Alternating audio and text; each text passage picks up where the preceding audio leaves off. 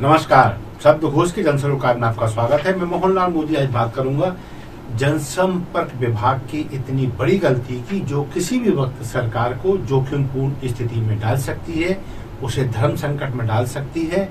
इस आह्वान के साथ कि भाजपा को और भाजपा की मध्य प्रदेश सरकार को जनसंपर्क विभाग के चाटुकारितापूर्ण अधिकारियों से सावधान होने की आवश्यकता है। उदाहरण के लिए हम सब जानते हैं डॉक्टर मोहन सिंह यादव अब मध्य प्रदेश के निर्वाचित सीएम यानी कि मुख्यमंत्री हैं। शपथ हो गई, चार्ज मिल चुका है, दिशा निर्देश शुरू हो गए हैं। बधाइयों का दौर जारी है। शुरुआत जनसंपर्क विभाग ने की, करोड़ों के विज्ञापन अखबारों में देकर, लेकिन जानबूझकर विभाग ने गलती कर दी। जनसंपर्क विभाग ने जानबूझकर ये गलती करी, जानबूझकर की, इसका प्रमाण आगे में इस स्टोरी में देने वाला हूं। शपथ ग्रहण से पूर्व जनसंपर्क विभाग ने डॉक्टर मोहन सिंह यादव को मुख्यमंत्री के रूप में अखबारों में प्रकाशित करा दिया, जबकि उनकी शपथ 13 दिसंबर को 11:30 पर हुई। जबकि समाचार पत्र इससे पूर्व कहना चाहिए 12 दिसंबर की रात को 12:01 के बाद छपना और बाहर जाना शुरू हो जाते हैं। यानी शपथ के बहुत पहले यह प्रकाशित हो गया कि डॉक्टर मोहन यादव मध्य प्रदेश के सीएम। अब उन्होंने जानबूझ से गलती की, ये देखते हैं कैसे। जनसंपर्क आयुक्त मनीष सिंह ने कहा, हमने उनसे बात की, उन्हें कॉल लगाया। इसके बाद हमने रायपुर और राजस्थान के शपथ ग्रहण समारोह का भी इंतजार किया। अब जब वहां भी हो गया संपन्न कल, तो अब आज स्टोरी शुरू हो रही है। हम छत्तीसगढ़ और राजस्थान के जो जनसंपर्क आयुक्त हैं उनका पक्ष भी लेंगे, उनको भी रखेंगे। पहले मध्य प्रदेश का लेते हैं क्योंकि उनका पक्ष हमारे पास तत्समय ही आ गया था। तो जनसंपर्क आयुक्त मनीष सिंह क्या कहते हैं, बीजेपी के विधायकों ने अपना नेता चुन लिया, तो उन्होंने सीएम चुना था। ये किसका पक्ष है? जनसंपर्क आयुक्त मनीष सिंह का। वो कहते हैं कि आखिर तो भारतीय जनता पार्टी के विधायकों ने सीएम को ही चुना था ना, और जब उन्होंने चुन लिया इसका मतलब वो सीएम निर्वाचित हुए। ये मनीष सिंह ये कहना है। अब सवाल ये उठता है, जब विधायकों द्वारा चुने जाने पर ही कोई व्यक्ति या कोई विधायक सीएम हो जाता है, तो फिर राज्यपाल द्वारा शपथ दिलाने का क्या औचित्य रह गया या क्या औचित्य रह जाता है? उन्हें चार्ज सौंपने के उपरांत जो हस्ताक्षर वैधानिक दस्तावेजों पर लिए जाते हैं, उसके बाद यह माना जाता है कि हाँ अब ये विधिवत सीएम हुए। लेकिन उस सब प्रक्रिया का क्या औचित्य जब भाजपा कार्यालय में ही मुख्यमंत्री चुनाव हो गया? ये मनीष सिंह के अनुसार है। और ये बता रहा हूं मैं कि यदि वही चुन लिया गया था भाजपा कार्यालय के विधायकों द्वारा, यदि सीएम का निर्वाचन हो जाता है, वो सीएम बन ही जाते हैं, तो फिर इस प्रक्रिया का क्या मतलब है कि एक राज्यपाल उनको शपथ दिलाते हैं, फिर उनसे हस्ताक्षर लेते हैं, हस्ताक्षर लेने के बाद उन्हें सीएम हाउस, मंत्रालय, अफसरशाही को निर्देश देने का फिर अधिकार प्राप्त होता है। तो इसका औचित्य क्या जब सीएम भाजपा कार्यालय में ही निर्वाचित हो गए थे? तो चलिए आगे बढ़ते हैं। अब हम विधि सम्मत बातों पर गौर करते हैं। ये बात सही है, भाजपा को इस चुनाव में सरकार बनाने का स्पष्ट बहुमत प्राप्त हुआ और इस पार्टी को इस नाते सरकार बनाने का हक था, है, रहेगा और प्राप्त कर लिया है। पहली प्रक्रिया यही होती है कि जो सत्ता में आया है या जो सत्ता बनाने का दावा रखता है, सबसे बड़ा दल है, स्पष्ट बहुमत है, तो फिर वहां पर विधायक दल का नेता चुना जाता है ताकि वो सीएम की शपथ ले। ये पहला काम हो गया। दूसरा काम होता है कि या तो बड़े दल को राज्यपाल भवन से आमंत्रण मिले सरकार बनाने का, या फिर पार्टी अपना हक प्रस्तुत करे, दावा करे कि हम बड़े दल हैं, हमें बहुमत प्राप्त है और हम सरकार बनाना चाहते हैं। और तीसरा जो सबसे अंतिम प्रक्रिया है वो ये है कि दावे को परीक्षण उपरांत या अपने आमंत्रण के आधार पर राज्यपाल महोदय द्वारा निर्वाचित विधायक दल के नेता को मुख्यमंत्री पद की शपथ दिलाना, यह अंतिम प्रक्रिया होती है। और इसके बाद ही मुख्यमंत्री होने के नाते प्रोटोकॉल में वहीं एक गाड़ी मुख्यमंत्री महोदय को आवंटित हो जाती है, उन्हें सीएम हाउस आवंटित हो जाता है और इसके बाद वो फिर अफसरों को, अपने सीएस को या मंत्रालय में कैबिनेट को दिशा निर्देश देने हेतु अधिकृत हो जाते हैं। किंतु जो मनीष सिंह ने कहा, आयुक्त जनसंपर्क, वो ये कहते हैं कि मुख्यमंत्री का चुनाव तो 12 दिसंबर को ही हो गया था, क्योंकि सीएम तो विधायकों ने बना दिया था ना भाजपा कार्यालय में। ये मनीष सिंह जी का तर्क है। तो हमारा उनसे सवाल ये है, फिर तो मोहन यादव जी को बजाय राज्यपाल भवन आने के सीधा सीएम हाउस पहुंच जाना चाहिए था। और 1952 के बाद यही होना चाहिए था कि भाई अब तो विधायक दल का नेता चुना हो गया, चलो सीएम हाउस, पुराने से कहो बाहर निकलो और हम अंदर आ रहे हैं।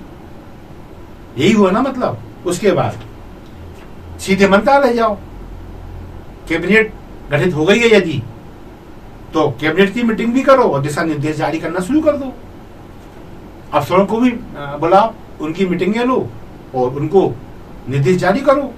राज्यपाल से शपथ देने की आवश्यकता है ही नहीं, क्योंकि मुख्यमंत्री तो विधायकों ने चुन लिया पार्टी कार्यालय में। लेकिन डॉक्टर मोहन यादव ने ऐसा नहीं किया, उन्हें करना भी नहीं था। क्यों? डॉक्टर मोहन यादव पूर्व से विधायक चुनते चले आ रहे हैं, उन्हें कैबिनेट मंत्री होने का अनुभव प्राप्त है और एक बड़ी पार्टी के लीडर हैं, विधायक दल द्वारा चुने गए हैं, तो जाहिर है पार्टी ने कुछ तो देखा होगा। तो डॉक्टर मोहन यादव अपनी गरिमा को जानते हैं, लिहाजा उन्होंने ऐसा कुछ नहीं किया जैसा मनीष सिंह जी को लगता है। वे शपथ पश्चात ही, जब राज्यपाल महोदय ने शपथ दिला दी, इसके पश्चात ही वे नौकरशाहों से रूबरू हुए। चाहते तो पहले भी हो सकते थे, क्योंकि जब मनीष सिंह ने उनको मान लिया कि वो तो सीएम हो गए, अब तो बाकी लोगों को मानने में क्या हर्ज है। और सब जानते हैं कि आज नहीं हुए तो कल हो जाएंगे, शपथ हो जाएगी, तो फिर न सीएम को कोई गुरेज होना चाहिए निर्देश देने में, और न निर्देश प्राप्त करने अफसरों को कोई गुरेज होना चाहिए। लेकिन नहीं, इस आदर्श आचरण संहिता कहते हैं से जो स्वतः ग्रहित की जाती है, उसके अनुसार ना तो मोहन यादव जी ने कोई निर्देश दिया, ना मंत्रालय गए इस मंशा से, और ना ही वे नौकरशाहों से रूबरू हुए कि हमें आज निर्देश देना है। उन्होंने अपना पहला आदेश कब जारी किया है? जब राज्यपाल महोदय से शपथ हो गई, दिन बीत गया, बाबा महाकाल के दर्शन कर लिए, उसके बाद उन्होंने पहला निर्देश दिया कि अब धार्मिक स्थलों पर ये जो शोर शराबे वाले, कर्कश ध्वनि वाले जो लाउड स्पीकर हैं वो उतारे जाएंगे, और जो बिगर लाइसेंस की अथवा सार्वजनिक स्तर पर खुले मांस विक्रय की जो दुकानें बीभत्स दृश्य प्रस्तुत करती हैं आम आदमी के सामने, अब वो स्वीकार नहीं होगा। ये कब हुआ है?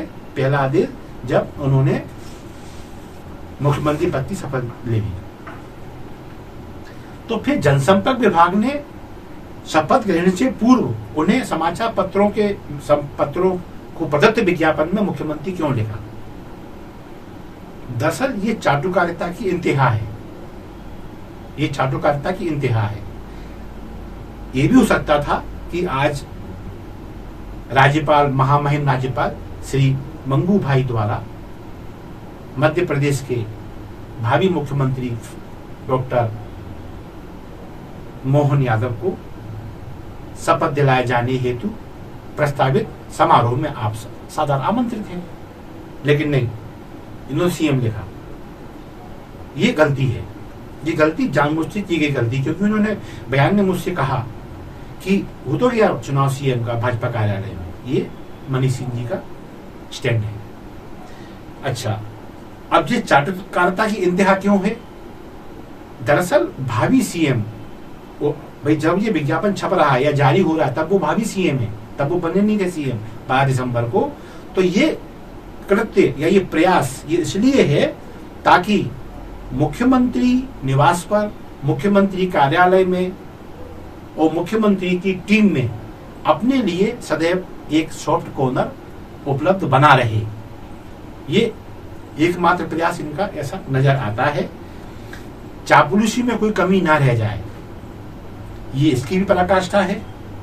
हम जहां रेवड़ियां बांट रहे हैं, कहते हैं ना, अंधा बांटे रेवड़ी चीनी चीनी कर दे, जो अच्छा लगा उसे दे दी, आंखें बंद है अपनी। तो जो पंक्ति में आ गए हैं अपने स्वजन जिन्हें हम अपना मानते हैं, उन्हें देनी है तो वो देने का अधिकार बना रहे, हम यहीं जमे रहें, इसके अलावा इनका कोई लक्ष्य नहीं।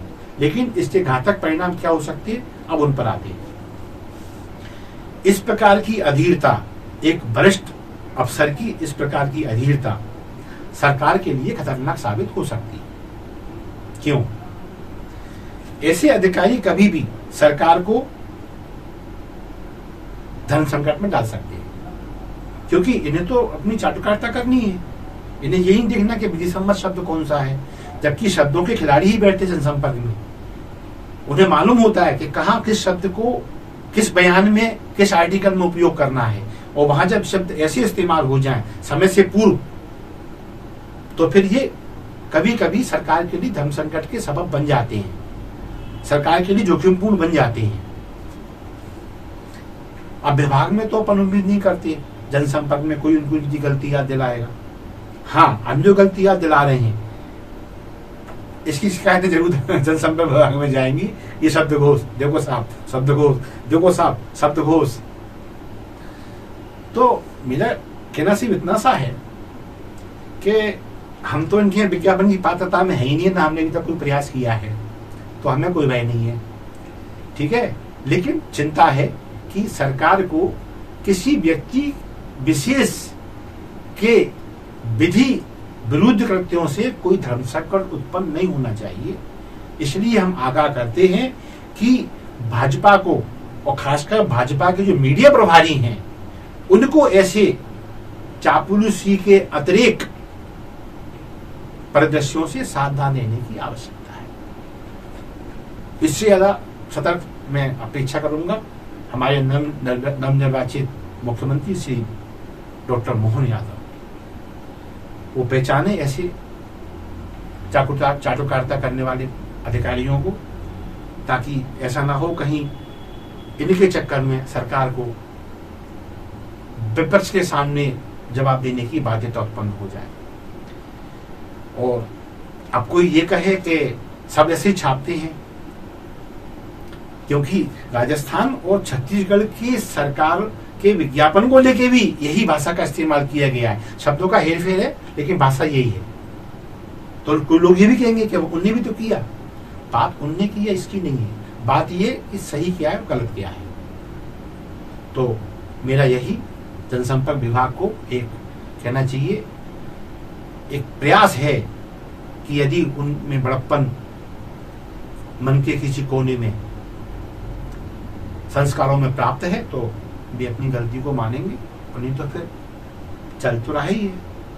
पर इसी के साथ मैं मोहनलाल मोदी आज कार्यक्रम को विराम दूंगा, और आप सभी से हमेशा की तरह एक फिर बार अपील कि हमारे कंटेंट यदि आपको ठीक लगते हैं, विधि सम्मत लगते हैं, तर्कसंगत लगते हैं, तो प्लीज इन्हें लाइक अवश्य दें, इन्हें शेयर करें।